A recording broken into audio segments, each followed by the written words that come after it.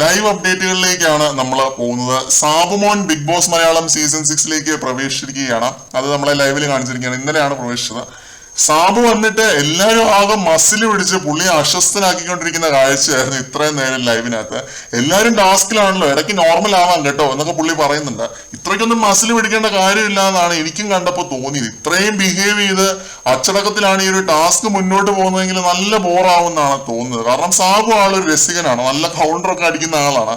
ഞാൻ എന്തുവാടെ മരണ വീട്ടിലാണോ വന്നത് എന്നൊക്കെ പുള്ളി ചോദിക്കുന്നുണ്ട്. നിങ്ങളിങ്ങനെ ഗെയിമിനകത്ത് നിൽക്കാതെ ഭയങ്കര ഓക്വേർഡ്നെസ് ആണെന്നൊക്കെ പുള്ളി പറയുന്നുണ്ട്.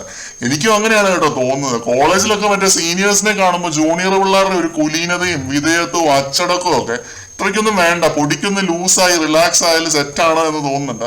പിന്നെ സാബു പിടിച്ച് കടിക്കാനൊന്നും അല്ല വന്നത്, പുള്ളി ഒരു എന്റർടൈൻമെന്റിന് വേണ്ടിയാണ് വന്നത്. കുറച്ചു നേരം ഈ ഒരു ഓക്വേർഡ്നെസ് അനുഭവിച്ചു കഴിഞ്ഞിട്ട് സാബുവിനോട് എല്ലാവരും റിലാക്സ് ആയിട്ട് മിണ്ടുന്നുണ്ട്. ഇത്രയ്ക്കൊന്നും പ്രതീക്ഷിച്ചില്ലല്ലേ എന്ന് ജിൻഡോ ചോദിക്കുമ്പോൾ ഞാൻ മനുഷ്യരെയാണ് പ്രതീക്ഷിച്ചത് എന്ന് സാബു. എന്തായാലും 5 കൊല്ലങ്ങളുടെ ഒരു നീണ്ട ഇടവേളയ്ക്ക് ശേഷം സീസൺ 1 വിജയ് സാബുവിനെ വീണ്ടും ബിഗ് ബോസിൽ കാണാൻ കഴിഞ്ഞതിൽ ഹാപ്പിയാണ്. പഴയ പോലെ തന്നെ വലിയ മാറ്റമൊന്നുമില്ല, അതേ ചളിയും കൗണ്ടറടിയും ഒക്കെ തന്നെ. പിന്നെ രസികനും സൂത്രശാലിയുമായ ഇദ്ദേഹം പ്രേക്ഷക ഹൃദയങ്ങൾ കീഴടക്കിയ വിജയാണെന്നൊക്കെ പറഞ്ഞ് വലിയ ബിൽഡപ്പ് ഒക്കെ ബിഗ് ബോസ് കൊടുക്കുന്നുണ്ട്. അതിൻ്റെതായ ഒരഹങ്കാരവും പുള്ളിക്കില്ല എന്നതാണ് കണ്ടപ്പോൾ തോന്നിയത്. പിന്നെ ഒരുപാട് എന്താ പറയുക, സിനിമകളും ഒക്കെ ചെയ്യുന്ന ഒരാളാണ്. ബിസി സ്കെഡ്യൂളിന് ഇടയിലാണ് ബിഗ് ബോസിനകത്ത് വീണ്ടും വന്നത്. അപ്പം അതിൻ്റെതായ എന്തെങ്കിലും കുറെ ഇമ്പാക്ട് പുള്ളി ഉണ്ടാക്കുമെന്ന് നമുക്ക് പ്രതീക്ഷിക്കാം. കൂടുതൽ ലൈവ് അപ്ഡേറ്റുകളുമായിട്ട് വീണ്ടും കാണാം.